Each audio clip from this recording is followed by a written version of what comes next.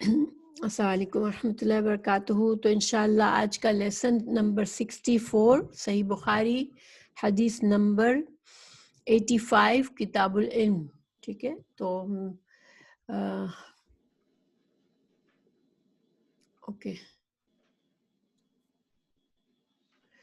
اعوذ باللہ من الشیطان الرجیم، بسم اللہ الرحمن الرحیم، اللہم صلی وسلم علی نبینا محمد۔ تو آج کی حدیث کا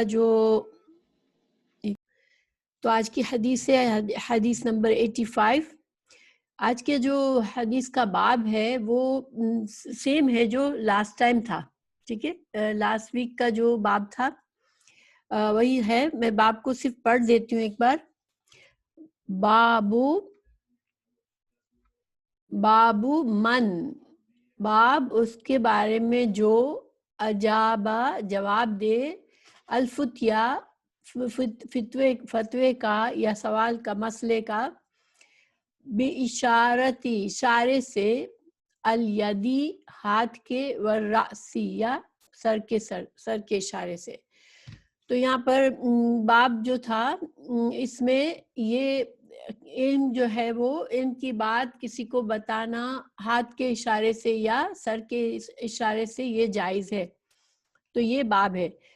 اب باب جو ہے اس میں سوچنے کی بات ہے۔ ہم سوچیں اگر تو بڑا عجیب سا لگتا ہے کہ اس بات میں کیا ہم نے سیکھا، یہ حدیث ہے پوری، تو اس حدیث میں ہم نے کیا سیکھا کہ آپ صلی اللہ علیہ وسلم نے سر کے اشارے سے جواب دیا، تو کیا ہمیں اس میں کچھ فائدہ بھی ہے؟ تو دیکھیں، کبھی کبھی میں جب یہ پڑھ رہی ہوتی ہوں تو مجھے میرا سر گھومنے لگتا ہے کہ سبحان اللہ، اللہ سبحانہ تعالیٰ نے کیسے بندے پیدا کیے کہ رسول اللہ صلی اللہ علیہ وسلم کی ایک ایک حرکت کو دیکھتے تھے، ایک ایک بات کو دیکھتے تھے، اور اس کو کسی چیز کو جوں کا توں ہمیں بیان کیا، اور وہ آج ہمارے پاس پہنچی کہ آپ صلی اللہ علیہ وسلم نے محفل میں اس طرح سے جواب دیا، اور پھر علماء اس پر غور و فکر کرتے ہیں اور اس پر مسئلے نکالتے ہیں۔ تو یہ دیکھیں، اگر آج کے ہم اس کے اگر فائدے سوچیں اس بات کے، ٹھیک ہے، تو پہلی بات تو خیر اگر ہم دیکھیں تو ہم اس طرح سمجھ سکتے ہیں کہ اشارے سے اگر انسان تنگی میں ہے، جلدی میں ہے، بہت سارے سوالات پوچھنے والے بہت سارے لوگ ہیں، تو انسان جو ہے وہ ایسا اشارہ کر دے جس سے واضح طور پر سمجھ میں آ جائے بات، اور وقت بھی سیو ہو جائے، اور سامنے والے کو جواب بھی مل جائے، اور بہت سے لوگوں کو جواب دے سکے انسان۔ تو یہ بھی فائدہ ہے، اور یہ اس وقت فائدہ ہی تھا جس حالات میں آپ صلی اللہ علیہ وسلم نے، ظاہر کبھی کبھی آپ کے پاس بہت سارے لوگ ہوتے تھے اور سوال جواب بھی ہوتے تھے۔ تو پھر اس کے علاوہ دیکھیں، اگر ہم ذرا زیادہ غور کریں تو ہمیں پتہ چلتا ہے کہ اللہ تعالیٰ نے مختلف بندوں کو مختلف صلاحیتیں دی ہے۔ بعض لوگ ایسے بھی ہوتے ہیں جو کہ یا تو بات بالکل نہیں کر سکتے، کلام نہیں کر سکتے، یا ان کی بات کرنے میں لکنت ہوتی ہے، وہ صاف بول نہیں سکتے، مگر ان کا علم بہت پختہ ہوتا ہے اور بہت کچھ ان کے پاس اللہ نے دیا ہوتا ہے۔ تو ایسا بندہ اگر اشارے سے کوئی بات سمجھاتا ہے تو اس کے ان سے ہمیں فائدہ ہو سکتا ہے کہ مطلب عام حالات میں اگر یہ بات نہ ہوتی کہ بھائی اشارے سے بھی ثابت ہے بات کا جواب دینا، فتویٰ بتانا، تو پھر ایسے شخص کو اجازت نہ ملتی کہ وہ اپنی بات کرے۔ ہاں ماشاءاللہ سیدہ۔ تو لیکن ایک بہت بڑا فائدہ جو آج ہم دیکھ سکتے ہیں وہ یہ ہے، دیکھیں آج سائن لینگویج پوری ڈیولپ ہوئی ہے، ٹھیک ہے، اور بہت سے جو لوگ زندگی بھر نہ سن سکتے تھے نہ بول سکتے تھے، آج سائن لینگویج کی وجہ سے وہ کمیونیکیشن کرتے ہیں اور علم بھی سیکھتے ہیں۔ اور آپ نے دیکھا ہوگا شاید آپ لوگوں میں سے کسی نے کہ جب بڑے بڑے کانفرنسز ہوتی ہیں، یہاں پر ٹورنٹو میں ہوتی ہے، نیو یارک میں ہوتی ہے، تو وہاں پر ایک ضرور انتظام ہوتا ہے کہ ایک بندہ سائن لینگویج سے ٹرانسلیشن کرتا ہوا ہوتا ہے. یعنی جو بھی علماء اسٹیج پر آ کر اپنا بیان دیتے ہیں تو ایک شخص اس کو جو ہے وہ سائن لینگویج سے سارا ٹرانسلیشن کر رہا ہوتا ہے, اور آڈینس میں ایسے لوگ ہوتے ہیں جو کہ سن نہیں سکتے اور وہ سائن لینگویج سے فائدہ اٹھاتے ہیں. تو سبحان اللہ کتنا بڑا فائدہ ہے. دیکھیں تو یہ اللہ سبحانہ تعالیٰ ہی کی ذات ہے جو جس نے اپنے نبی صلی اللہ علیہ وسلم سے ایک ایک ایکشن اس طرح کرایا جو کہ آئندہ کے لوگوں کے لیے بہت سے دروازے کھولتا ہے, بہت سے فائدے پیدا ہوتے ہیں. اگر ہم شورٹ ٹرم میں دیکھیں تو صرف تھوڑا سا فائدہ تھا, لیکن اب جو ہے یہ ایک باقاعدہ لینگویج ہے, سائن لینگویج, جس سے پورا علم سیکھا بھی جاتا ہے اور سکھایا بھی جاتا ہے. تو یہ ہمارے دین کی خوبی ہے, اور یہ ہمارے رسول اللہ صلی اللہ علیہ وسلم کو اللہ سبحانہ تعالیٰ نے ایسی ذات دی کہ ان کا ایک ایک ایکشن جو تھا وہ ہمارے لیے اس میں سب میں فائدے تھے. ایک صحابی حضرت عبداللہ بن عمر بن عاص جو تھے وہ پہلے تھے جو حدیث کے لکھنے میں انٹرسٹڈ ہوئے, تو آپ صلی اللہ علیہ وسلم کی ہر بات لکھنے لگے. تو ان کو لوگوں نے روکا کہ یہ تم کیا کرتے ہو. ایک انسان کے مختلف دن بھر میں مختلف جذبات سے گزرتا ہے, مختلف واقعات ہوتے ہیں, انسان کبھی خوش ہوتا ہے, کبھی غم ہوتا ہے, کبھی غصہ ہوتا ہے, کبھی تو تم ہر بات کیوں لکھ لیتے ہو. تو وہ صحابی پریشان ہوئے, پھر آپ صلی اللہ علیہ وسلم سے پوچھا تو آپ صلی اللہ علیہ وسلم نے اس کو کہا کہ تم لکھو, کیونکہ اللہ کی قسم اس زبان سے, اس منہ سے حق کے سوا کچھ بھی نہیں نکلتا. تو گویا آپ صلی اللہ علیہ وسلم کی پوری ذات جو تھی ہمارے لیے ایک مجسم علم کا خزانہ تھا, جو آپ کے ہر ایکشن سے, ہر بات سے, ہر طریقے سے ہمیں پتہ چلتا تھا. تو یہ فائدہ ہے. اور امام بخاری کی یہ دیکھیں کہ امام بخاری کی ذہانت, ایکسٹریم ذہانت بھی ہمیں پتہ چلتی ہے کہ وہ ایک ایک بات, چھوٹی چھوٹی بات سے وہ مسائل نکال کر اس کے باب باندھتے تھے تاکہ آئندہ آنے والے لوگ جو اس کتاب کو پڑھیں وہ ایک حدیث کی اتنی خوبیاں جانیں. آج کے انشاءاللہ آپ دیکھیں گے کہ کس 3-4 لائن کی حدیث ہے اور اس سے اتنے بے شمار اس کے مسائل ثابت ہوتے ہیں. تو ہم حدیث کو پڑھتے ہیں. حدثنا مکی بن ابراہیم قال اخبرنا حنظلة بن ابی سفیان. حنظلہ بن ابی سفیان, مکی بن ابراہیم نے کہا ہم کو خبر دی حنظلہ بن ابی سفیان نے.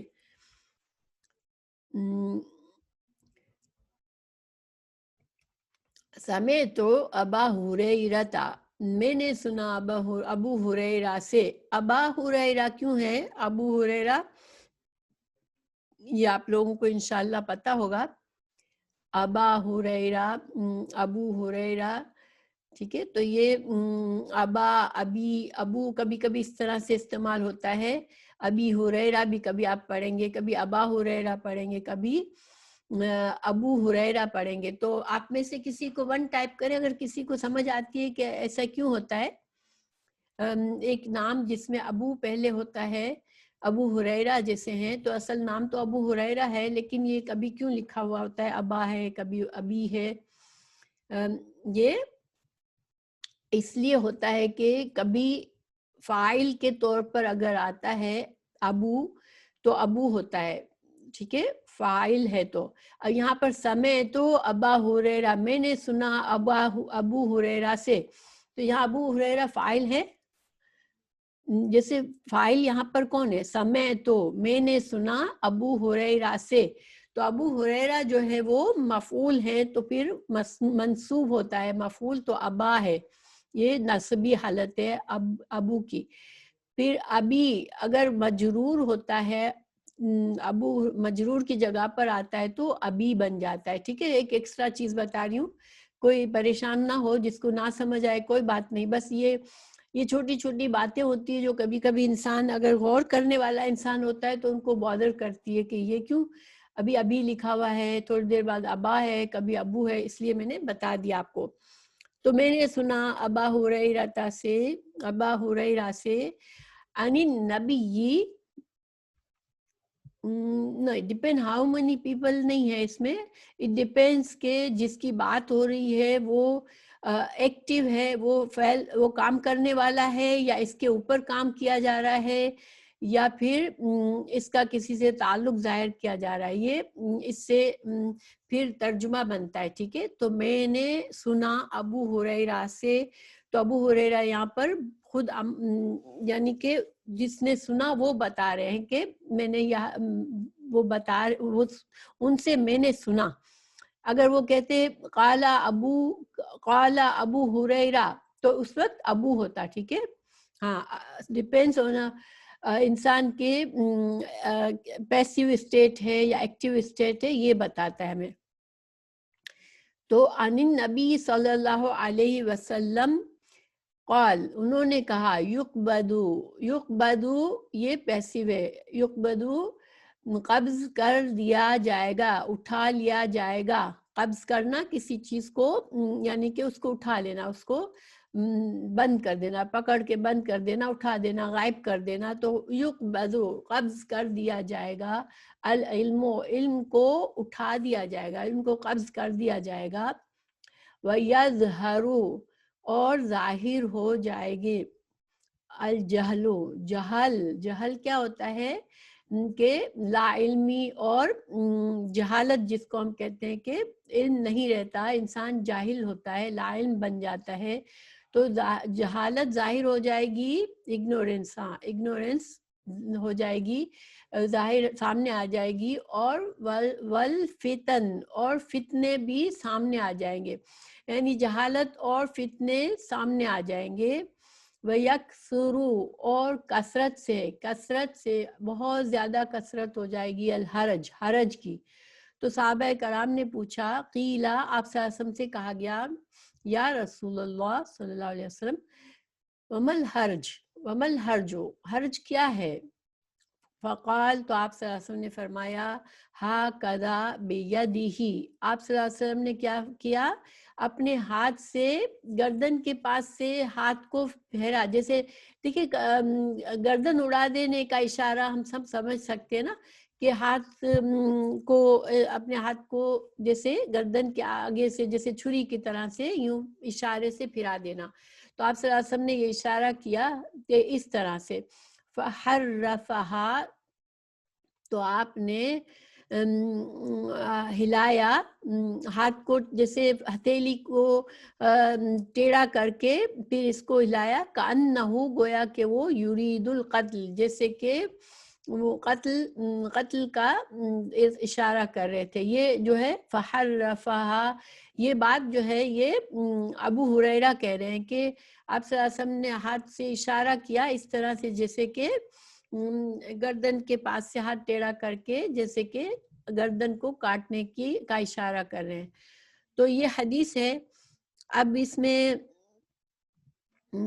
ہمیں کیا فائدہ ملا, باب سے کیا تعلق ہے اس حدیث کا, کہ آپ صلی اللہ علیہ وسلم نے اشارے سے قتل کی وضاحت کی, یعنی زبان سے نہیں کہا بلکہ اشارے سے اشارہ کیا, جس سے صحابہ کرام سمجھ گئے کہ آپ قتل کی بات کر رہے ہیں, کہ گردن اڑائی جائے گی, قتل کیا جائے گا, قتل و غارت بڑھ جائے گا.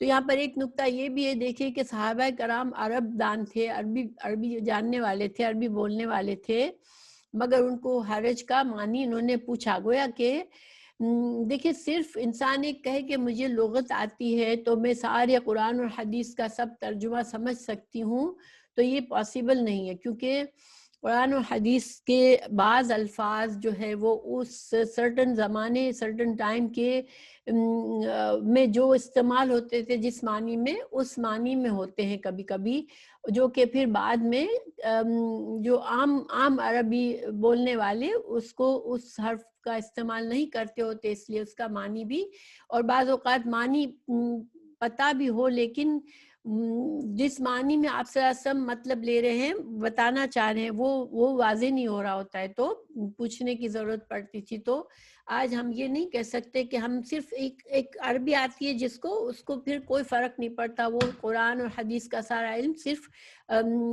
اس کے پڑھنے سے سیکھ لیا جائے گا، بلکہ قرآن اور حدیث کا علم عربی بولنے والوں کو بھی سیکھنا پڑتا ہے، اس کی تفسیر بھی سیکھنی پڑتی ہے، اور حدیث کا مفہوم بھی، تشریح بھی سیکھنی پڑتی ہے، جب کہیں جا کے صحیح مفہوم انسان سمجھتا ہے. ہاں فائدہ ضرور ہوتا ہے، ظاہر ہے ہمارے نسبت ان کو فائدہ ہوتا ہے کہ ان کو زبان آنے کی وجہ سے آسانی ہوتی ہے ان کے لیے. میں ایک بار اتنی حیران ہوئی تھی کہ میں عربی عورتوں کے گروپ میں تھی اور ہم لوگ سورہ ملک کو یاد کر رہے تھے، حفظ کر رہے تھے، تو میں نے دیکھا کہ زیر زبر کی جس طرح ہم سے غلطی ہو جاتی اسی طرح عرب عورتیں بھی کر رہی تھی. تو مجھے بڑی حیرت ہو رہی تھی کہ یہ لوگ اعراب میں کیسے غلطی کرتی ہیں، یہ لوگ تو عربی بولتی ہیں لیکن صحیح معنی میں ساری عربی کی گرامر سارے عربس کو نہیں آتی ہوتی ہے. ٹھیک ہے، تو یہ ایک نقطہ تھا، سائٹ کی بات تھی. بہرحال تو اب دیکھیں اس حدیث سے ہمیں کیا کیا باتیں پتہ چلی. سب سے پہلا بڑا فائدہ تو یہ کہ صحابہ کرام کا پوچھنا کہ آپ صلی اللہ علیہ وسلم کے سے انہوں نے پوچھا، گویا کہ وہ بھی بعض قرآن اور حدیث کے، اسی طرح قرآن کی آیت کے بھی کبھی کبھی سوال کر کے پوچھتے تھے کہ اس کا کیا مطلب ہے. تو کیونکہ بعض الفاظ جو ہیں وہ خاص مقصد کے لیے استعمال ہوتے تھے اور اس کو اسی مقصد میں سمجھنا ضروری ہوتا تھا. اچھا، پھر جو ہے یہ نیچے لکھا ہوا ہے حبشی لغت میں حرج کے معنی قتل کے ہیں. تو یہ جو ہے مختلف جو عرب کے قبائل کے ڈائلاگس ڈیفرنٹ ہوتے تھے تو اس وجہ سے آپ صلی اللہ علیہ وسلم نے یہ لفظ یوز کیا. اچھا، اب حدیث میں ہمیں کیا کیا پتہ چل رہا ہے کہ اس کا باب سے تو تعلق پتہ چل گیا ہمیں کہ اشارے سے آپ نے چونکہ جواب دیا تو یہ باب سے تعلق ہو گیا. اس کے علاوہ ہمیں اس میں پتہ چلتا ہے کہ قیامت کے قریب کیا ہوگا. قیامت کے قریب جو ہے وہ علم قبض کر لیا جائے گا. تو یہ کتاب العلم سے یہ تعلق ہو گیا اس کا، کیونکہ کتاب العلم میں اس میں یہ بتایا جا رہا ہے کہ قیامت کے قریب علم جو ہے وہ چلا جائے گا، علم نہیں ہوگا. دین کا علم جو ہے وہ قیامت سے پہلے اٹھ جائے گا. اب کیسے اٹھے گا؟ تو اس کے لیے یہ بھی ہو سکتا ہے کہ علماء جو ہیں وہ دنیا سے رخصت ہوتے جائیں اور ان کی جگہ پر دوسرے علماء نہ پیدا ہوں، تو اس طرح آہستہ آہستہ علماء ختم ہو جائیں گے تو پھر علم بھی ختم ہو جائے گا. دوسرا یہ بھی ہو سکتا ہے کہ قرآن اور حدیث تو موجود ہو لیکن لوگوں میں شوق اور دلچسپی ختم ہو جائے سیکھنے کی. دیکھیے آج آلموسٹ کبھی کبھی ایسا ہی لگتا ہے کہ آج الحمدللہ جو سکھانے کے شوقین ہیں ان کو بہت جد و جہد کرنی پڑتی ہے کہ وہ لوگوں کو پکڑ پکڑ کر سناتے ہیں. ٹھیک ہے، حالانکہ ایک وقت تھا کہ جو ہمارے صحابہ کرام ہیں یا امام بخاری کا وقت ہے، جو ہمارے چاروں اماموں کا وقت ہے، وہ وقت ایسا تھا کہ علماء کے پیچھے لوگ سفر کرتے تھے. علماء کو پانے کے لیے لمبے لمبے سفر، اور اس زمانے کے مشکل سفر ہوتے تھے، لیکن وہ علماء سے ملاقات کرنے کے لیے اور ان سیکھنے کے لیے لمبے لمبے سفر کرتے تھے اور بہت سی قربانیاں دیتے تھے، بھوک پیاس برداشت کرتے تھے. لیکن آج جو ہے آسان طریقے میں بھی علم حاصل ہو سکتا ہے، مگر لوگوں کا انٹرسٹ نہیں ہے اور لوگوں کی پرائیورٹی نہیں ہے. تو یہ آہستہ آہستہ اس قدر بڑھ جائے گا یہ کہ دلچسپی لوگوں کو ہوگی نہیں، تو پھر علم ختم ہو جائے گا کہ پھر کس کو سکھائیں گے. علماء اگر کچھ ہوئے بھی تو پھر علماء دنیا سے چلے جائیں گے بغیر سکھائے اور ان کا ان سے کوئی فائدہ نہیں اٹھائے گا. دوسری یہ بات بھی ہو سکتی ہے کہ کوئی ایسی سچویشن ہو جائے کہ دینی کتابیں دنیا سے اٹھ جائیں. دیکھیں جو بنی اسرائیل ہے ان کی ہسٹری میں بہت دفعہ ایسے ہوا کہ ان کی جو تورات ہے اس کو بھی جلا دیا گیا. ٹھیک ہے. نہیں فصیح، میں اپنی شکایت نہیں کر رہی ہوں آپ سے. الحمدللہ آپ لوگ آتے ہیں، میں بہت خوش ہوتی ہوں. لیکن یہ ریالٹی ہے نا. دیکھیں آج سچی بات یہ کہ مجھے اتنے اچھے ذرائع ہیں اچھی طرح سے علم سیکھنے کے کہ میں کبھی کبھی بہت زیادہ ایک دم سے پریشان ہو جاتی ہوں کہ اتنا کچھ اویلیبل ہے اللہ، اور میرے اندر انرجی نہیں ہے کہ میں وقت نکالوں اور سیکھوں. تو میں بہت ڈاؤن فیل کرتی ہوں یہ دیکھ کر کہ میں کیا کروں. میں نہ میرے پاس انرجی اتنی ہوتی ہے کہ میں اتنا ڈیووشن سے علم سیکھوں، اور جو علم سکھایا جا رہا ہے وہ اتنا ایزیلی آپ یوٹیوب میں جائیں اور اتنے بڑے بڑے علماء آپ کو علم سکھا رہے ہوتے ہیں، اور صرف پشیمانی ہوتی ہے کہ میں کیا کروں. میرے نہ وقت میں اتنی زیادہ برکت ہوتی ہے، نہ میری انرجی میں اتنی ہوتی ہے. لیکن الحمدللہ میں کوشش تو کرتی رہتی ہوں. لیکن سچی بات ہے کہ یہ آج کی زندگی جو ہے وہ دنیا نے ہمیں بہت جکڑ کے رکھا ہے، اور اس سے وقت نکالنا اور اس سے کر کے دین کی طرف آنا مشکل تو بہت ہے. لیکن الحمدللہ اللہ سے ہم نا امید نہیں ہو سکتے. ہمیں اللہ سے ہمیشہ دعا کرنی چاہیے، اور اللہ سبحانہ تعالیٰ سے اپنے دل میں تڑپ کو ہمیشہ رکھنا چاہیے. کبھی بھی اس تڑپ کو نہ جانے دے. دیکھیے اگر جب تک ہمارے دل میں تڑپ ہوگی نا کہ اللہ مجھے دین سیکھنا ہے، تو اگر یہ ہماری لائف میں بہت زیادہ چیزیں ہمیں پل بھی کر رہی ہوں گی تو بھی اللہ سبحانہ تعالیٰ ہمارے لیے آسانیاں کر دیں گے. لیکن ہم اگر اس تڑپ کو لیٹ گو کر دیں گے کہ اب ٹھیک ہے میں کیا کروں، میرے پاس تو میں نہیں کر سکتی ہوں، میری لائف میں یہ ہے میرے الجھنیں ہیں، مجھے اتنے ساری چیزیں ڈیل کرنی پڑتی ہے، میں نہیں کر سکتی ہوں. اگر جس دن آپ نے یہ کہہ دیا اپنے آپ سے، اس دن سمجھ لے کہ آپ کے ہاتھ سے یہ نعمت چلی جائے گی. تو بس یہ بات ہے کہ انسان کی کوشش اور تڑپ ہوگی تو انشاءاللہ اللہ سبحانہ تعالیٰ جو ہے نا کبھی ہماری دعاؤں کو، ہماری اچھی خواہشات کو اللہ ضائع نہیں کرتا. ٹھیک ہے. تو انشاءاللہ یہ بات ہے. بہرحال تو یا پھر جو ہے جیسے بنی اسرائیل کی دینی کتابیں جلا دی گئیں بہت دفعہ، اور ان کے پاس صحیح معنوں میں کچھ بھی نہ رہا، کہ جس سے وہ ایون تورات بھی ان کے پاس صحیح اصلی حالت میں نہ رہی. تو اللہ نہ کرے، لیکن یہ ساری پاسبلٹیز ہو سکتی ہیں. ٹھیک ہے. تو اب یہ ہاں جیسے اللہ آپ صلی اللہ علیہ وسلم نے یہ فرمایا کہ علم نہ رہے گا اور جہالت عام ہو جائے گی. گویا کہ جہالت اور علم جو ہے ایک دوسرے کی ضد ہیں. تو علم نہیں رہے گا تو پھر کیا اس کی جگہ کس سے پر ہو جائے گی؟ جہالت سے پر ہو جائے گی. اور دیکھیں اللہ سبحانہ تعالیٰ نے جب حضرت آدم علیہ السلام کو اس دنیا میں بھیجا تو یہ فرما کے بھیجا کہ میں انبیاء کرام کو بھیجوں گا، میں ہدایت بھیجوں گا، اور جو ہدایت پر چلے گا اس کو کوئی غم اور خوف نہیں ہوگا، اور جو ہدایت سے منہ موڑے گا، نہیں قبول کرے گا، وہ خسارے میں رہے گا. تو اب دیکھیں کہ اگر یہ اللہ کی یہ نعمت چلی جاتی ہے دنیا سے تو پھر خسارے کے علاوہ کچھ باقی نہیں رہتا. کیونکہ جہالت تو ایک اندھیرا ہے جس سے انسان کو حق بات سمجھ نہیں آتی، اور پھر جب انسان کو سچ صحیح غلط کا ہی پہچان نہیں ہے تو پھر کون انسان کو روکے گا؟ اس کا نفس ہی اس کو ہمیشہ، ہمارا نفس جو ہے وہ ہمیں خرابی کی طرف لے جاتا ہے، ہمارے شیطان ہم کو ہمیشہ پل کرتا ہے. تو پھر ہمارا دشمن کے لیے تو پھر کوئی چیز روکنے والی نہیں ہے.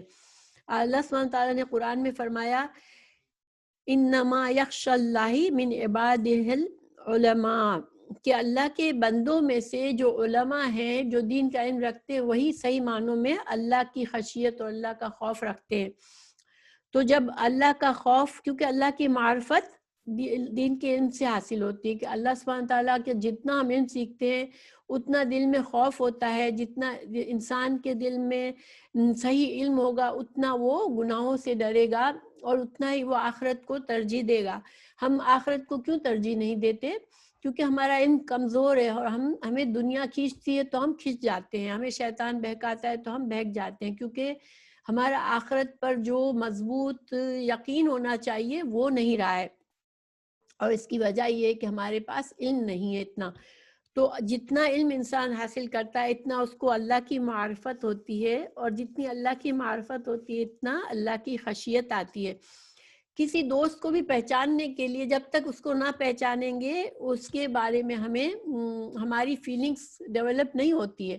تو انسان کی کسی بھی ریلیشن میں فیلنگز ڈیولپ ہونے کے لیے اس کو انڈرسٹینڈ کرنا پڑتا ہے۔ تو جتنا ہم اللہ کو سمجھیں گے، اللہ کی ذات کیا ہے اور اللہ سبحانہ تعالیٰ ہم سے کیا چاہتے ہیں اور اللہ کے کتنے احسانات ہیں ہم پر، تو جب تک ہمیں وہ خوف بھی نہیں آئے گا دل میں۔ تو جب گمراہی ہوگی، جب جہالت ہوگی، تو پھر کیا ہوگا؟ اللہ کا خوف نہیں رہے گا۔ تو جب اللہ کا خوف نہیں رہے گا تو انسانوں کو کون روکے گا کہ وہ دوسروں سے ناانصافی نہ کرے، حق تلفی نہ کرے اور اچھائی کی طرف چلے، برائی سے بچے؟ وہ تو پھر جنگل کی طرح ہو جائے گا معاملہ کہ جنگل میں جو طاقتور ہے وہ اس کا ہی راج چلتا ہے۔ تو اسی طرح دنیا میں بھی صرف جنگل والا معاملہ ہو جائے گا کہ کوئی قانون نہیں، کوئی کسی کے حقوق کا تحفظ نہیں، کیونکہ ہمارا دین ہی ہمارا تحفظ مہیا کرتا ہے۔ ہمارے دین کا اصل مقصد یہی ہے کہ ہماری جان، مال، عزت، دین، عزت اور آبرو دین اور ہماری عقل کی حفاظت ہو۔ سارے جو دینی ہمارے جتنے بھی احکامات ہیں ان سب میں ایکچولی یہی ہے کہ ہماری اپنی بھی حفاظت ہو، ہمارے جان، مال، عزت، آبرو اور ہماری عقل اور دین کی، اور ہم دوسروں کی بھی ان پانچوں چیزوں کی حفاظت کریں، پانچوں حقوق کی۔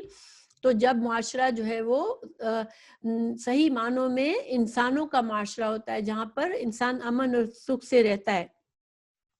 تو جب دنیا ایسی ہو جائے گی پھر اللہ تعالیٰ کو اس دنیا کو چلانے کا کوئی بھی مقصد نہیں رہ جائے گا، کیونکہ اللہ تعالیٰ نے انبیاء کرام کو بھیجا اسی لیے کہ اس دنیا میں اللہ کی دین کو رائج کیا جائے اور انسانوں کو اللہ کے احکامات کا پابند بنایا جائے۔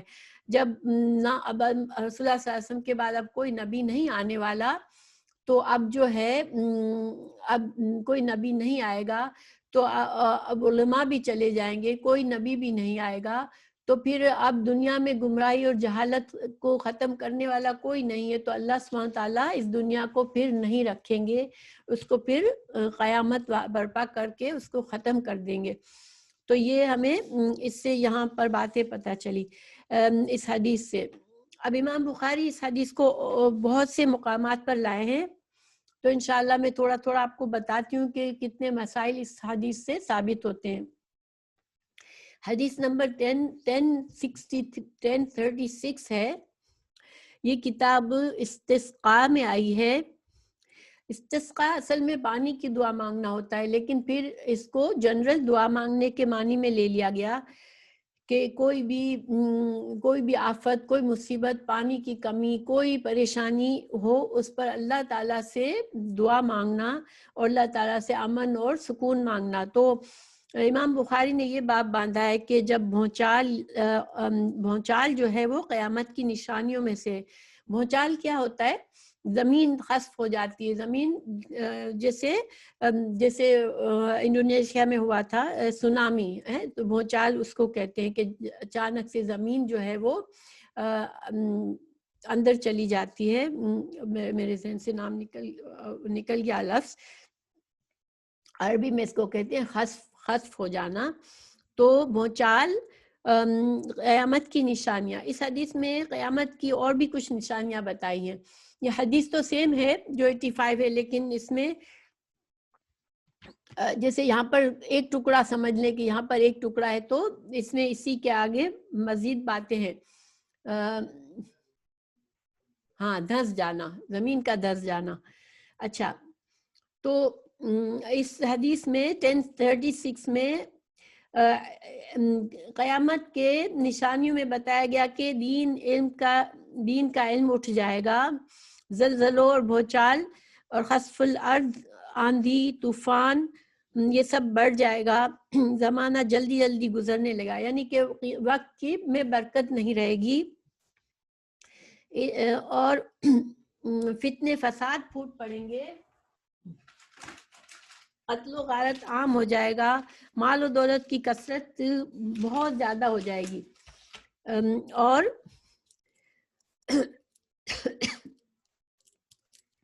اب دیکھیں یہ جو ہے نا قیامت کی جہاں بھی نشانیاں بتائی جاتی ہے جس حدیث میں بھی، ضروری نہیں ہے کہ ساری چیزیں بیک وقت ہو رہی ہو، ٹھیک ہے؟ آپ صلی اللہ علیہ وسلم کے بعد سے قیامت کی نشانیاں شروع ہو گئی ہیں،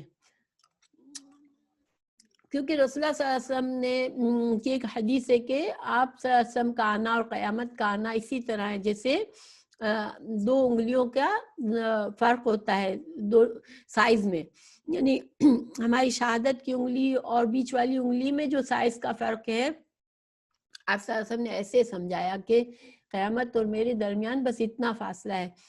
تو قیامت، اس کا مطلب ہے آپ صلی اللہ علیہ وسلم کی بعثت بھی قیامت کی نشانیوں میں سے ہی تھی کہ آخری نبی کا آنا، پھر اس کے بعد کوئی نبی نہیں آئے گا، تو اس کے بعد پھر قیامت آئے گی۔ تو اسی طرح بہت سی نشانیاں ہیں جو کہ 1400 سال میں کئی نشانیاں واقع ہو چکی ہے اور کئی نشانیاں جو ہے وہ آنے والی ہے۔ تو اب مگر یہاں پر جو ہے مال و دولت کی کثرت ہو جانا، اب ایک وقت آئے گا جب مال و دولت اتنا زیادہ ہوگا کہ کوئی انسان جو ہے وہ نیڈی نہیں رہے گا، کسی انسان کو اگر صدقہ بھی کرنا ہے تو اس کو سمجھ نہیں آئے گی کہ کس کو دے، کیونکہ کوئی لینے والا نہیں ہوگا۔ تو اب یہ کب ہوگا یہ اللہ جانتا ہے کب ہوگا، ٹھیک ہے؟ تو اسی طرح مگر یہ جو ساری نشانیاں ہیں، زلزلے، بھونچال، خسف الارض، آندھی، طوفان، فتنے فساد اور قتل و غارت اور زمانہ کے جلدی جلدی گزرنا، یہ ساری چیزیں ہم آج بھی دیکھ رہے ہیں نا، آج بھی ہمیں دیکھ کر لگتا ہے کہ یہ ساری قیامت کی نشانیاں ہیں، لیکن یہ بڑھتی چلی جائیں گی، ٹھیک ہے؟ جوں جوں آج اللہ کا شکر ہے آج دنیا میں مسلمان ہیں بھی، اور بہت سے ان کا سیکھنا سکھانا بھی ہو رہا ہے اور اچھے کام بھی ہو رہے ہیں، حالانکہ فتنہ فساد بھی بہت ہے۔ تو ابھی یہ ساری چیزیں گویا کہ آہستہ آہستہ بلٹ ہوتے ہوتے بہت ہو جائے گی، زمانہ جلدی جلدی گزرے گا، یعنی کہ وقت میں برکت نہیں رہے گی۔ آج بھی ہم محسوس کرتے ہیں کہ ہمارے وقت میں برکت چلی جا رہی ہے۔ کبھی کبھی ہم پچھلے علماء کی باتیں پڑھتے ہیں تو ہمیں لگتا ہے کہ ان لوگوں نے اتنا کچھ اچیو کیا کہ ہمیں سمجھ نہیں آتی کہ وہ کیسے کرتے تھے، کیسے انسان تھے کہ اتنی عبادتیں بھی کرتے تھے اور اتنا خیر بھلائی کا کام بھی کرتے تھے جو کہ آج ہم نہیں کر پاتے۔ تو یہ سب کچھ قیامت کی نشانیاں ہیں۔ تو اب زلزلے، امام بخاری نے باب باندھا کہ بھونچال کا باب میں استسقاء، باب استسقاء میں کیوں ڈالا کتاب استسقاء میں، کہ وہ یہ مسئلہ ثابت کر رہے ہیں کہ اگر زلزلہ آئے تو بھی اللہ کی طرف رجوع کرنا چاہیے اور نماز پڑھنی چاہیے، دعا کرنی چاہیے، کیونکہ آپ صلی اللہ علیہ وسلم جو تھے وہ تیز ہوا بھی چلتی تھی تو آپ صلی اللہ علیہ وسلم اللہ کی طرف رجوع کرتے تھے اور گڑ گڑا کے دعائے خیر مانگتے تھے۔ اسی طرح جیسے آندھی طوفان کو دیکھ کر بھی آپ صلی اللہ علیہ وسلم دعا مانگتے تھے۔ تو امام بخاری نے یہ مسئلہ، یہ اجتہاد کیا کہ اگر آپ صلی اللہ علیہ وسلم آپ کے زمانے میں زلزلہ تو نہیں آیا تھا تو اس لیے اس کی دلائل تو نہیں ہے، لیکن ہاں قحط کے ڈر سے، قحط سالی کے ڈر سے بھی انسان کو اللہ سے دعا مانگنی چاہیے، اور اجتماعی دعا بھی ثابت ہے قحط سے بچنے کے لیے۔ تو اس کے لیے حضرت عائشہ رضی اللہ عنہ کی ابن حبان سے ایک مرفوع حدیث ہے کہ 6 رکعت نماز پڑھنی چاہیے اگر زلزلہ آ رہا ہو تو، اور ہر رکعت میں 4 سجدے کرنے چاہیے۔ تو یہ جو ہے ہر انسان فردن یعنی اکیلا پڑھے، کیونکہ زلزلے میں جماعت قائم کرنا تو پاسبل نہیں ہے، اور زلزلہ تو حقیقی بات یہ ہے کہ ایک لمحے میں اتنی تباہی ہو جاتی ہے کہ انسان جو ہے وہ کچھ سوچنے کے بھی اسے موقع نہیں ملتا۔ اللہ سبحانہ وتعالی ہمیں ایسی آفتوں سے بچائے، لیکن اتنے سے فیو سیکنڈز کے جھٹکے میں کتنی زندگیاں ختم ہو جاتی ہیں۔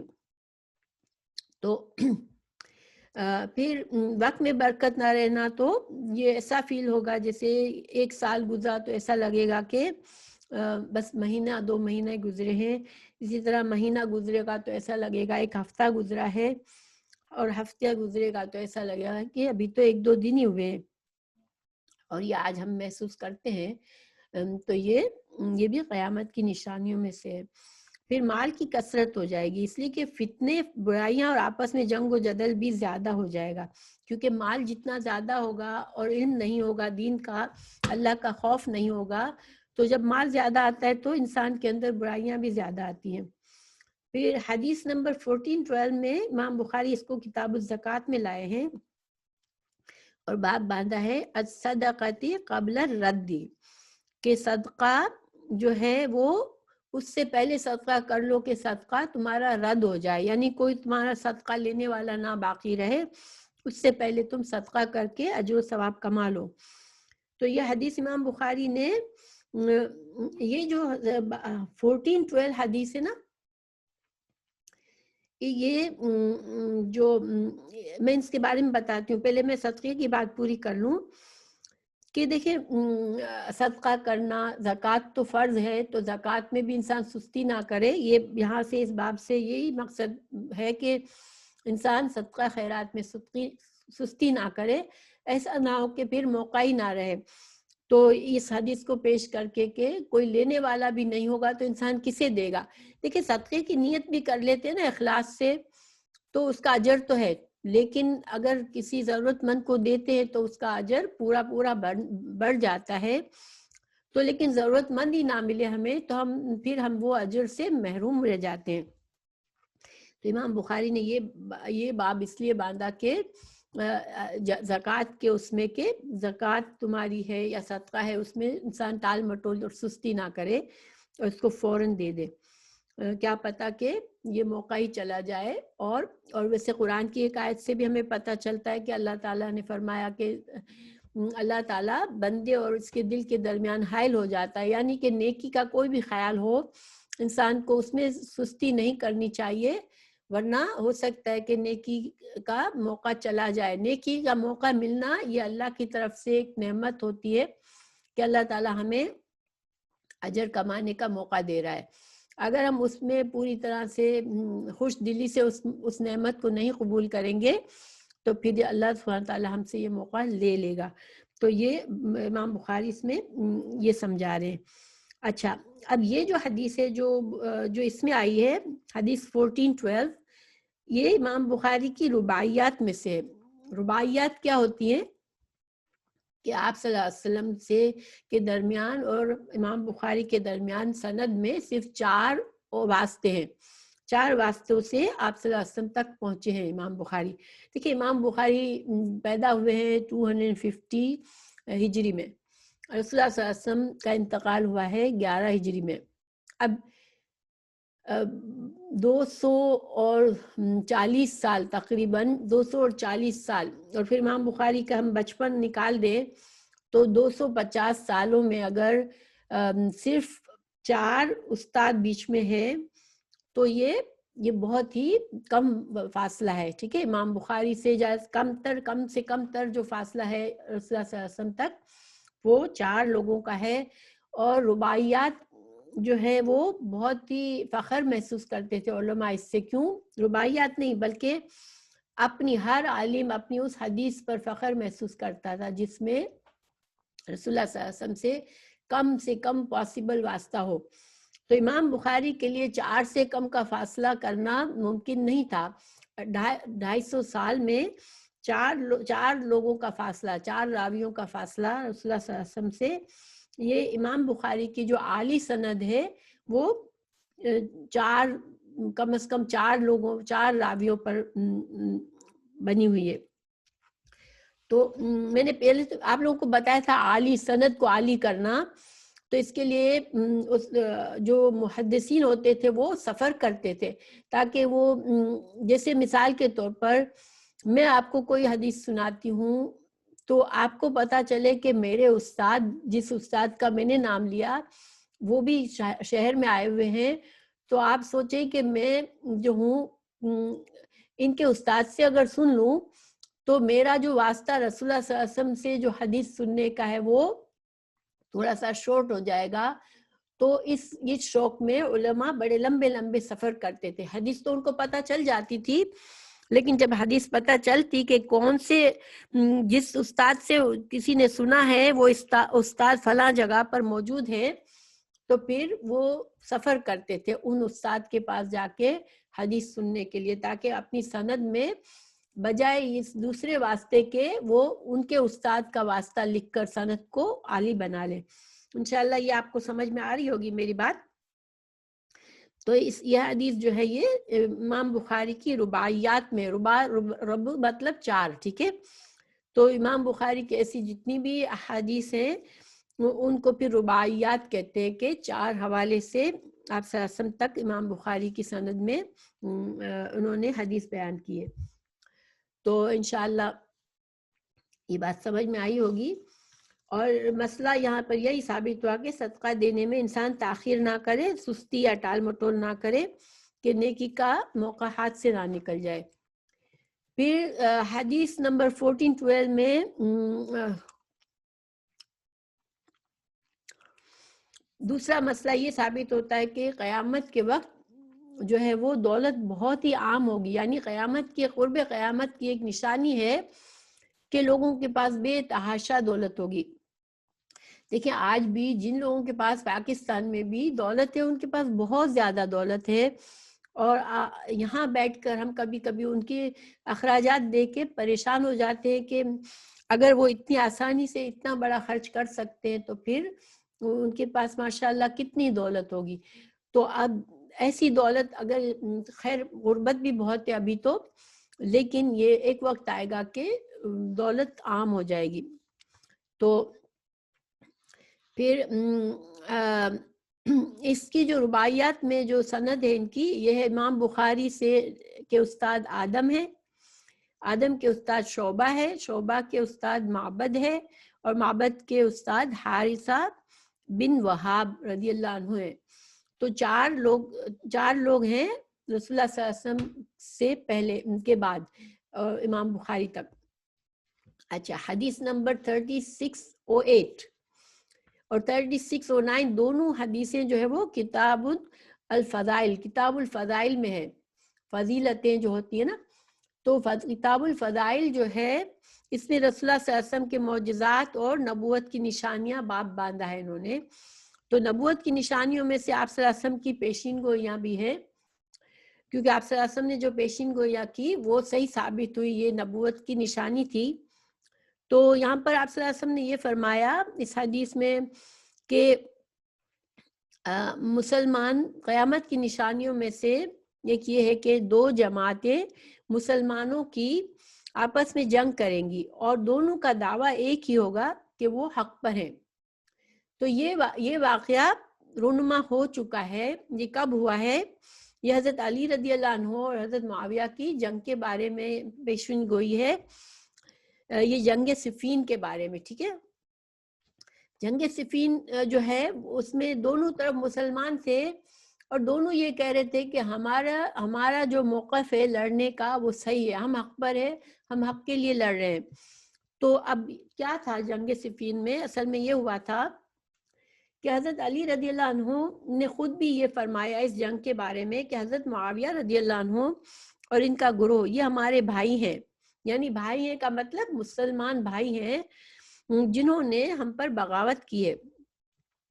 یعنی یہ کافر یا فاسق نہیں ہے. یعنی کہ ایون دو جنگ ہوئی حضرت معاویہ اور حضرت علی کے درمیان، لیکن حضرت علی نے یہ نہیں کہا کہ یہ لوگ کافر اور مرتد ہیں. نہیں، جنگ جمل جو ہے وہ حضرت عائشہ اور حضرت علی رضی اللہ عنہ کے لشکروں میں ہوئی تھی، اور یہ جنگ صفین ہے.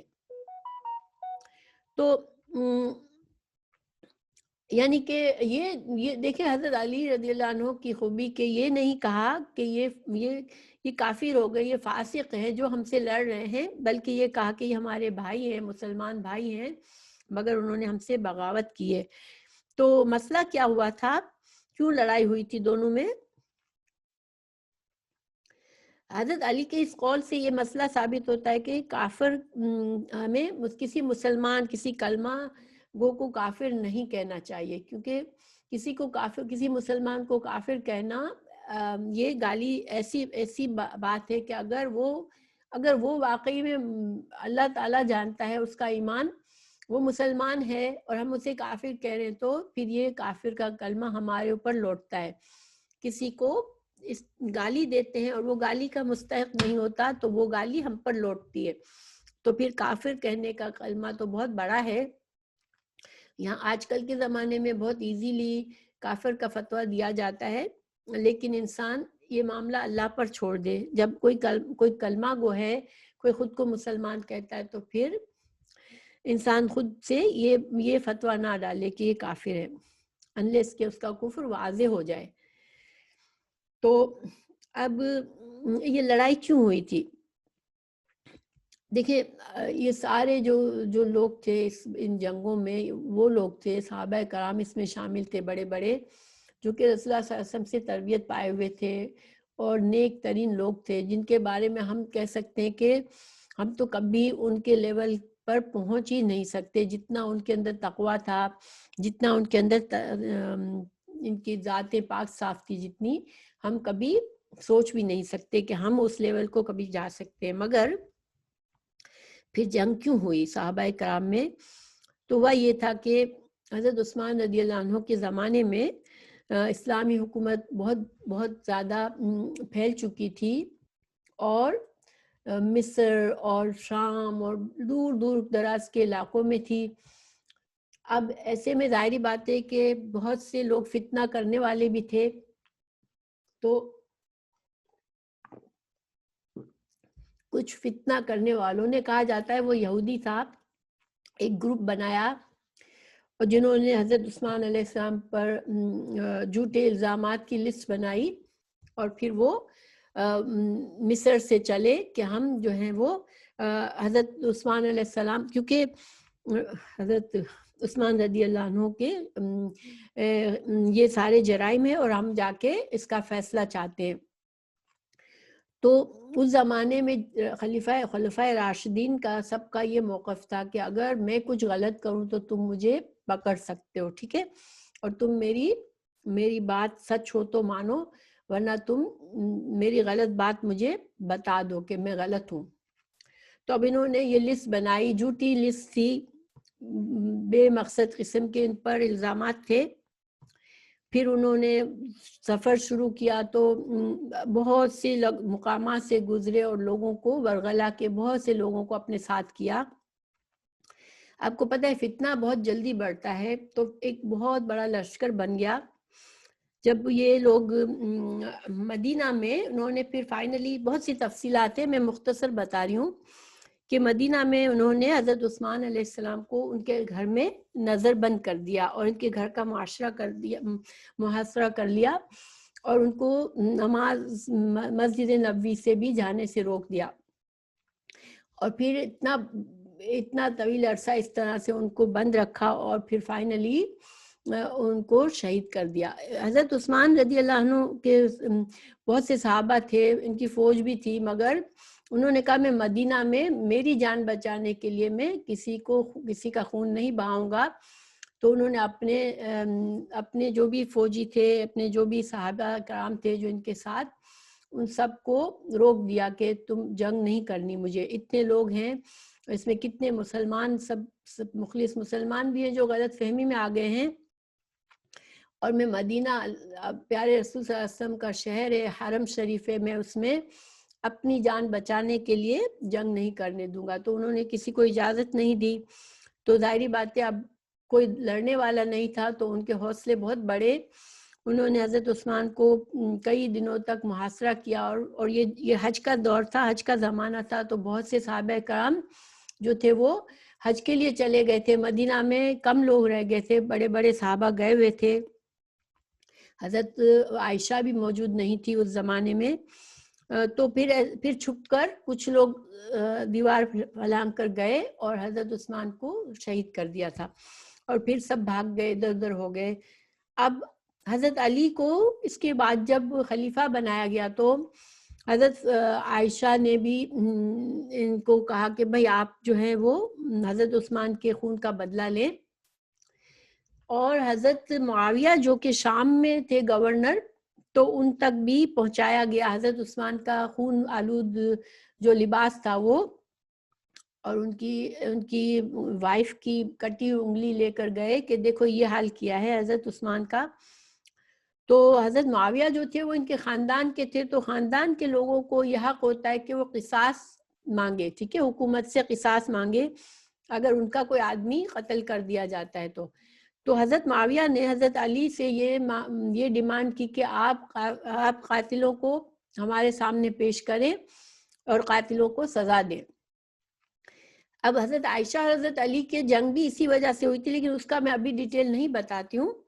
حضرت معاویہ جو تھے وہ شام میں گورنر تھے، ان کی اچھی یہ حضرت عثمان نے انہیں گورنر بنایا تھا وہاں پر. تو وہ کوئی بات نہیں. تو پھر کیا ہوا کہ حضرت علی رضی اللہ عنہ کے لیے ممکن نہیں تھا کہ اتنے سارے لوگ جو باہر سے آئے ہوئے مدینہ میں، مصر سے، شام سے، ہر طرف سے، اب میں ان میں قاتل کو کیسے ڈھونڈوں، اور قاتل کو اگر ڈھونڈنے کے لیے میں بے دریغ لوگوں کو قتل کرنا شروع کر دوں گا تو میں اتنے سارے مسلمانوں کو کیسے قتل کروں ایک آدمی کے خون کے لیے. اس وجہ سے حضرت علی جو تھے وہ وقت چاہ رہے تھے، وہ کہہ رہے تھے کہ حضرت معاویہ کو کہہ رہے تھے کہ آپ بیعت کر لیں، کیونکہ یہی ضروری تھا کہ حضرت معاویہ تمام گورنر جو ہے وہ بیعت کرتے خلیفہ کی، تاکہ ہمیں وہ سب یہ وفاداری اپنی ثابت کرے کہ ہم حکومت کے وفادار ہیں. حضرت معاویہ نے بیعت نہیں کی، کہا میں بیعت نہیں کروں گا جب تک آپ قاتل کو پکڑ کے میرے سامنے نہ لائے. اب یہ ایسی شرط تھی جو کہ پاسبل نہیں تھی حضرت علی رضی اللہ عنہ کے لیے. لیکن حضرت علی رضی اللہ عنہ چونکہ خلیفہ تھے اور ان کو خلیفہ بنایا گیا تھا، تو یہ صحیح خلیفہ تھے، یعنی کہ جائز خلیفہ تھے. تو اب ان پر لازم تھا کہ وہ حکومت سے بغاوت کرنے والے کو پکڑے. تو حضرت معاویہ اس وقت بغاوت کر رہے تھے کہ خلیفہ کی بات نہیں مان رہے تھے.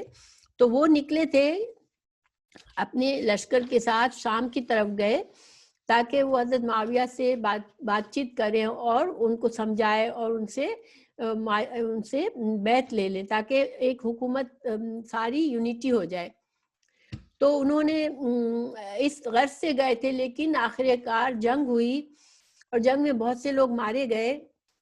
حضرت یاسر بن عمار جو کہ بہت ہی عظیم صحابی ہیں، ان کا بھی وہی انتقال ہوا. تو پھر حضرت علی نے فائنلی جنگ سے ہاتھ روک لیے کہ اب ٹھیک ہے، اب جنگ نہیں کرنا، اور حضرت علی رضی اللہ عنہ بغیر کسی فیصلے کے واپس چلے گئے. اور حضرت معاویہ جو تھے وہ شام میں اپنا حکومت انہوں نے پھر الگ سے بنا لی، اور اسلامی حکومت جو تھی وہ 2 حصوں میں بٹ گئی. تو یہ تھا فتنہ جس کی آپ صلی اللہ علیہ وسلم نے نشاندہی کی. ویسے بعد کے علماء سے اور رسول اللہ صلی اللہ علیہ وسلم کی پیشین گوئی سے یہ ثابت ہوتا ہے کہ حضرت علی کا موقف صحیح تھا، حضرت معاویہ کا موقف صحیح نہیں تھا. مگر چونکہ دونوں ہی صحابہ کرام تھے، دونوں طرف صحابہ بہت سے لڑ رہے تھے، اس لیے ہم کو اس معاملے میں ہم کچھ نہیں کہتے. اللہ سبحانہ تعالیٰ جانتا ہے کس کا کیا عمل تھا. لیکن یہ ایک بڑا فتنہ تھا جس میں یہ ہوا ہماری اسلامی حکومت میں، اور آپ صلی اللہ علیہ وسلم نے اس فتنے کی پیشین گوئی اس حدیث میں کی تھی کہ قیامت قائم ہونے سے پہلے یہ ہوگا. تو اس سے آپ صلی اللہ علیہ وسلم کی نبوت کی نشانی ملتی ہے. یہ مسئلہ امام بخاری نے ثابت کیا ہے. تو انشاءاللہ آئی ہوپ کہ یہ آپ لوگوں کے لیے کلیئر ہوگا. پھر آگے جو ہے ہم اس سے مسئلہ دوسرا فائدہ یہ ثابت ہوتا ہے کہ مسلمانوں میں اگر کبھی اختلاف ہو جائے تو ایک دوسرے پر کافر کا فتویٰ نہیں لگانا چاہیے. ہاں، اس قرآن اور حدیث کی روشنی میں اختلافات دور کرنے کی کوشش کرنی چاہیے، مگر کہ ایک مسلمان دوسرے کو کافر نہ کہے، کیونکہ حضرت علی رضی اللہ عنہ نے بھی یہی عمل کیا کہ کافر نہیں کہا تھا. اور اللہ تعالیٰ نے قرآن میں بھی یہ فرمایا ہے کہ سورہ ممتحنہ ہے یا مجادلہ ہے، میرے ذہن سے نکل گیا، کہ اگر 2 مسلمان گروپ میں جھگڑا ہو جائے تو تم ان میں اصلاح کرو. اب اللہ تعالیٰ نے یہ نہیں کہا 2 مسلمان گروہ اگر لڑ رہے تو اللہ نے یہ نہیں کہا کہ یہ کافر بن جاتے ہیں، بلکہ دوسرے مسلمانوں کو یہ کہا کہ تم ان میں اصلاح کرا دو. اچھا، اب امام بخاری اس حدیث کو 3609 میں بھی لائے ہیں، اور 3609 میں بھی باب تو یہی ہے، مگر اس میں قیامت کی کچھ اور نشانیاں بھی بتائی گئی کہ قیامت کے قریب جو ہے تقریباً 30 جھوٹے دجال پیدا ہوں گے. آپ صلی اللہ علیہ وسلم نے یہ بھی پیشین گوئی کی کہ جھوٹے دجال پیدا ہوں گے اور وہ نبوت کا دعویٰ کریں گے. تو بہت سے لوگوں نے آپ صلی اللہ علیہ وسلم کے انتقال کے بعد ہی نبوت کا دعویٰ کیا تھا، اور آج کل بھی ہمیں پتہ ہے کہ ایسا ہوتا رہا ہے. تو یہ مسئلہ ثابت کیا امام بخاری نے. پھر کتاب 46 حدیث 4635 4636 جو ہے وہ کتاب التفسیر میں ہے. اس میں سورہ انعام کی آیت نمبر 150 کی جو کہ حلم شہداکم سے شروع ہوتی ہے. تو اس میں یہ مسئلہ ہے کہ جو انکار کرنے والے ہیں وہ کوئی بھی آیت دیکھتے ہیں تو وہ جھٹلاتے ہی ہیں اور ایمان نہیں لاتے. لیکن جب قیامت قائم ہونے سے پہلے بڑی نشانی آئے گی، جب سورج جو ہے وہ مغرب سے طلوع ہوگا تو سارے لوگ ایمان لائیں گے، مگر اس وقت کا ایمان کام نہیں آئے گا. تو مسئلہ یہ ثابت ہوا کہ ایمان جو ہے وہ قیامت کے اس نشانی کے آنے سے پہلے ایمان کام آئے گا، اور انسان کو چاہیے کہ اس سے پہلے ہی ایمان کے ساتھ نیک اعمال کر لے. کیونکہ جب موت کا ایک عام آدمی کے لیے جب موت کا غرغرہ شروع ہوتا ہے اور فرشتوں کو دیکھ لیتا ہے، وہ موت کے فرشتوں کو دیکھ لیتا ہے، تو پھر اس کی توبہ قبول نہیں ہوتی. اور جو لوگ قیامت کے قریب جب یہ نشانی دیکھ لیں گے تو سب ایمان تو لائیں گے، مگر ان کی توبہ قبول نہیں ہوگی، ان کا ایمان قبول نہیں ہوگا. اور فرعون نے بھی ڈوبتے وقت ایمان لایا، اور لیکن اس کا ایمان بھی قبول نہیں ہوا تھا. پھر حدیث 6037 میں کتاب الادب میں لائے ہیں کہ خوش خلقی اور سخاوت کے بیان اور بخل کا برا اور ناپسندیدہ ہونا. تو قیامت کی ایک نشانیوں میں سے آپ صلی اللہ علیہ وسلم نے فرمایا کہ لوگوں کے دلوں میں بخل سما جائے گا. بخل کیا ہے؟ کہ انسان کو اللہ نے مال دیا ہو لیکن وہ ضرورت جہاں خرچ کرنا چاہیے وہاں بھی نہیں کرتا، یہ بخل ہے. تو قیامت کی نشانیوں میں یہ ہے کہ بخل عام ہو جائے گا. لوگ فضول خرچی تو کریں گے، اپنے لیے تو خرچ کریں گے، اپنے غلط مقاصد کے لیے تو، لیکن صحیح مقصد کے لیے وہ بخل کریں گے. تو بخل جو ہے اسلام میں ناپسندیدہ اور ناجائز ہے. تو اور پھر حدیث نمبر 65 اور 6 میں قیامت کی نشانیاں بتائی گئی، اور تو اس کا میں ترجمہ پڑھ دوں گی انشاءاللہ بھی.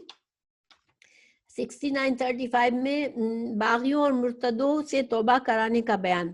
اس باب میں امام بخاری جو ہے وہ حضرت علی اور حضرت معاویہ کی جنگ کی جو پیشین گوئی آپ صلی اللہ علیہ وسلم نے فرمائی، اس سے یہ باب باندھا ہے کہ جب کوئی اسلامی حکومت میں بغاوت کرے تو اس کی بغاوت کو ختم کرنا چاہیے، ان سے توبہ کرانا چاہیے. تو یہ باب باندھ کے امام بخاری نے یہ موقف واضح کیا کہ وہ حضرت علی جو تھے وہ ان کا موقف صحیح تھا، کیونکہ وہ معاویہ کی بغاوت کو دور کرنا چاہ رہے تھے. تو جنگ صفین میں حضرت علی رضی اللہ عنہ حق پر تھے، حالانکہ دونوں جماعتوں نے حق پر ہونے کا دعویٰ کیا تھا. یہ امام بخاری نے اپنی اجتہاد بتایا ہے، ٹھیک ہے، اپنا موقف بتایا ہے، اور بہت سے علماء یہی مانتے ہیں کہ حضرت علی کا موقف صحیح تھا. پھر کتاب الفتن میں 7115 میں قیامت قائم نہ ہوگی جب تک زندہ لوگ قبر والوں سے رشک نہ کریں گے. یعنی حدیث یہ ہے کہ قیامت قائم نہ ہوگی یہاں تک کہ ایک شخص دوسرے کی قبر کے پاس سے گزرے گا اور کہے گا کاش میں بھی اسی جگہ ہوتا. یعنی مر جانے والوں پر رشک کیا جائے گا. اور کیوں ہوگا؟ اس کی دو وجوہات بتائی گئی ہے. موت کی آرزو انسان کیوں کرے گا کہ فتنے اتنے زیادہ ہو جائیں گے کہ جس کے دل میں ایمان ہوگا وہ سوچے گا کہ میں مر جاؤں تو اچھا ہے، کہیں میرا ایمان خراب نہ ہو جائے ان خرابیوں کے درمیان رہ کر. کیونکہ جب بہت فتنے ہوتے تو انسان کا ایمان خطرے میں پڑ جاتا ہے. دوسرا معنی یہ کیا گیا کہ فتنے اتنے زیادہ ہوں گے کہ ایمان کی وجہ سے نہیں، لیکن انسان تنگ آ جائیں گے اور تنگ آ کر سوچیں گے کہ ہم مر جائے تو بہتر ہے، کیونکہ اتنے فتنوں میں رہنا بہت مشکل ہوگا. پھر حدیث 7121 میں یہ بہت سارے مسائل جو میں نے ابھی بیان کیے ان کی تفصیل ہے، وہ زیادہ تفصیلی حدیث ہے. اور حدیث نمبر 6905 میں بھی تفصیل ہے. اب دیکھیں ٹائم ہو چکا ہے کلاس کا، تو اب آپ حضرت ابو ہریرہ رضی اللہ عنہ نے فرمایا کہ رسول اللہ صلی اللہ علیہ وسلم نے فرمایا کہ قیامت اس وقت تک قائم نہ ہوگی جب تک سورج مغرب سے نہ نکلے گا. جب سورج مغرب سے نکلے گا اور لوگ دیکھ لیں گے سب ایمان لے آئیں گے. یہی وہ وقت ہوگا جب کسی کے لیے اس کا ایمان نفع نہیں دے گا. جو اس سے پہلے ایمان نہ لایا ہوگا یا جس نے ایمان کے بعد عمل خیر نہ کیے ہو. گویا دیکھیں ایمان اور عمل ضروری چیزیں ہیں. صرف ایمان نہیں بلکہ عمل بھی اگر اس نشانی سے پہلے، تو موت سے پہلے انسان مسلمان تو تھا لیکن اس نے کوئی نیک عمل نہیں کیا. آپ کہیں میں مرتے مرتے کوئی نیک عمل کر جاؤں اور فرشتے دیکھ لے تو انسان پھر نیک عمل کی گنجائش نہیں رہتی، نہ وہ قبول ہوتے. تو جس نے ایمان کے بعد عمل خیر نہ کیا ہو، بس قیامت آ جائے گی اور دو آدمی کپڑا درمیان میں خرید و فروخت کے لیے پھیلائے ہوئے ہوں گے. ابھی خرید و فروخت بھی نہیں ہوئی ہوگی کہ انہوں نے اسے کپڑے کو لپٹا بھی نہیں ہوگا کہ قیامت قائم ہو جائے گی. قیامت اس حال میں قائم ہو جائے گی کہ ایک شخص اپنی اونٹنی کا دودھ لے کر آ رہا ہوگا اور اسے پی بھی نہیں سکے گا. اور قیامت اس حال میں قائم ہو جائے گی کہ ایک شخص اپنا حوض تیار کرا رہا ہوگا اور اس کا پانی بھی نہ پی سکے گا. قیامت اس حال میں قائم ہو جائے گی کہ ایک شخص اپنا لقمہ اپنے منہ کی طرف اٹھائے گا اور اسے کھانے بھی نہ پائے گا. اب دیکھیں ہم یہ سوچ سکتے ہیں کہ قیامت چلو کیا پتہ، ہم تو اس سے پہلے ہی دنیا سے رخصت ہو جائے، لیکن ہر انسان کی قیامت اس کی موت ہوتی ہے. تو جب موت آئے گی تو انسان کا بھی یہی حال ہوگا کہ اس کو کوئی لمحہ نہیں ہوگا، کوئی موقع نہیں ہوگا کہ وہ کچھ کر دے. اس لیے ہمیں بہتر ہے کہ ہم انشاءاللہ آج ذرا غور و فکر کریں اور آج ہم اپنے مصروفیات سے سر اٹھا کر جتنا بھی نیک کام کر سکتے ہیں کر لیں انشاءاللہ. اب یہ حدیث ہے دوسری کہ رسول اللہ صلی اللہ علیہ وسلم نے فرمایا قیامت اس وقت تک قائم نہ ہوگی جب تک دو عظیم جماعتیں جنگ نہ کریں، جو کہ جنگ صفین کی بات ہے. ان دونوں جماعتوں کے درمیان بڑی خون ریزی ہوگی، حالانکہ دونوں کا دعویٰ ایک ہی ہوگا، اور یہاں تک کہ بہت سے جھوٹے دجال بھیجے جائیں گے، تقریباً 30 دجال، اور ان میں سے ہر ایک کا دعویٰ کرے گا کہ وہ اللہ کا رسول ہے. اور یہاں تک کہ علم اٹھا لیا جائے گا اور زلزلوں کی کثرت ہوگی اور زمانہ قریب ہو جائے گا اور فتنے ظاہر ہو جائیں گے اور حرج بڑھ جائے گا، اور حرج سے مراد قتل ہے. یہاں تک کہ تمہارے پاس مال کی کثرت ہو جائے گی بلکہ بہہ پڑے گا، اور یہاں تک کہ صاحب مال کو اس کا فکر دامن گیر ہوگا کہ اس کا صدقہ کون قبول کرے گا. یہاں تک کہ وہ پیش کرے گا لیکن جس کے سامنے رکھے گا وہ کہے گا مجھے اس کی ضرورت نہیں ہے. اور یہاں تک کہ لوگ بڑی بڑی عمارتوں میں آپس میں فخر کریں گے، ایک سے ایک بڑھ کر عمارات بنائیں گے، اور یہاں تک کہ ایک شخص دوسرے کی قبر سے گزرے گا اور کہے گا کاش میں بھی اسی جگہ ہوتا. اور یہاں تک کہ سورج مغرب سے نکلے گا. پس جب وہ اس طرح طلوع ہوگا اور لوگ دیکھ لیں گے تو یہ آپ لوگوں کو یہ حدیث دکھ رہی ہے، یہ لوگ دیکھ لیں گے تو سب ایمان لے آئیں گے. لیکن وہ وقت ہوگا جب کسی ایسے شخص کو اس کا ایمان لانا فائدہ نہ پہنچائے گا، اور جو پہلے سے ایمان نہ لایا ہوگا اس نے اپنے ایمان کے ساتھ اچھے کام نہ کیے ہوں گے. اور قیامت اس طرح اچانک قائم ہوگی کہ دو آدمیوں میں اپنے درمیان کپڑا پھیلا رکھا ہوگا اور اسے بھی بیچ نہ پائے گا اور نہ لپیٹ پائے گا. اور قیامت اس طرح قائم ہوگی کہ ایک شخص اپنی اونٹنی کا دودھ نکال کر واپس ہوا ہوگا اور اسے کھا بھی نہ سکے گا. اور قیامت اس طرح قائم ہوگی کہ وہ اپنے حوض کو درست کر رہا ہوگا اور اس میں سے پانی بھی نہ پی سکے گا. اور قیامت اس طرح قائم ہو جائے گی کہ اس نے اپنا لقمہ منہ کی طرف اٹھایا ہوگا اور ابھی اسے کھایا بھی نہ ہوگا. تو یہ ساری علامات قیامت ہے اور یہ مختلف اوقات میں ہمارے سامنے آئیں گی. اللہ تعالی ہمیں محفوظ رکھے.